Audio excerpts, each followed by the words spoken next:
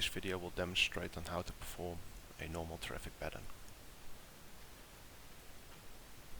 Speeds to be used are 60 knots on climb out and 90 knots on downwind, 60 knots on base, 40 knots on final, and further down to a 0 landing all the way to the ground. First come up to a 5-foot hover and determine your takeoff power.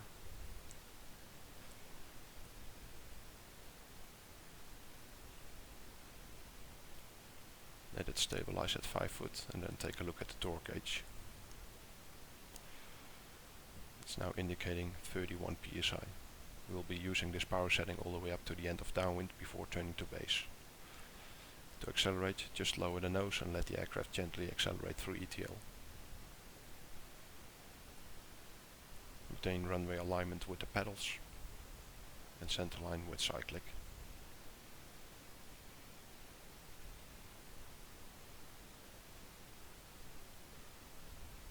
Once the aircraft accelerates through ETL, it will become more efficient and will start to climb. The nose of the aircraft wants to come up, so you have to push forward cyclic to maintain this accelerative attitude. We'll be accelerating up to 60 knots. Once it's at 60, adjust the nose to maintain 60 knots.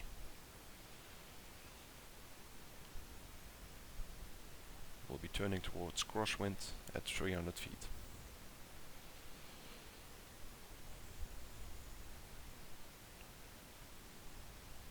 Maintain 60 knots in the turn and continue to climb.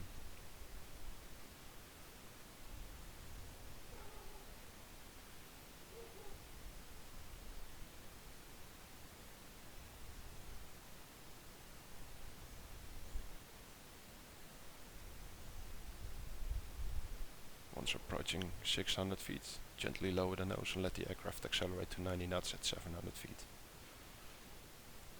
Still, the power setting is the same as on takeoff. Roll parallel to the runway, make sure you don't angle in. Correct as necessarily. We'll be landing back at the numbers 31 on the runway.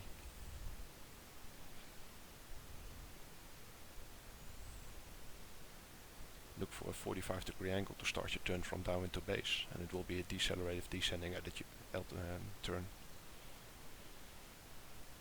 Lower the collective, raise the nose, turn right towards base, slow down to 60 knots and look for a 500 feet a minute descent.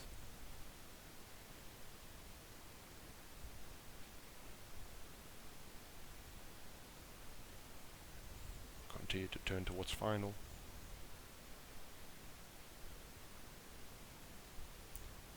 Once on final, further slow down to 40 knots. Lower the connective while raising your nose and keep the landing spot in the same position in your canopy the entire descent.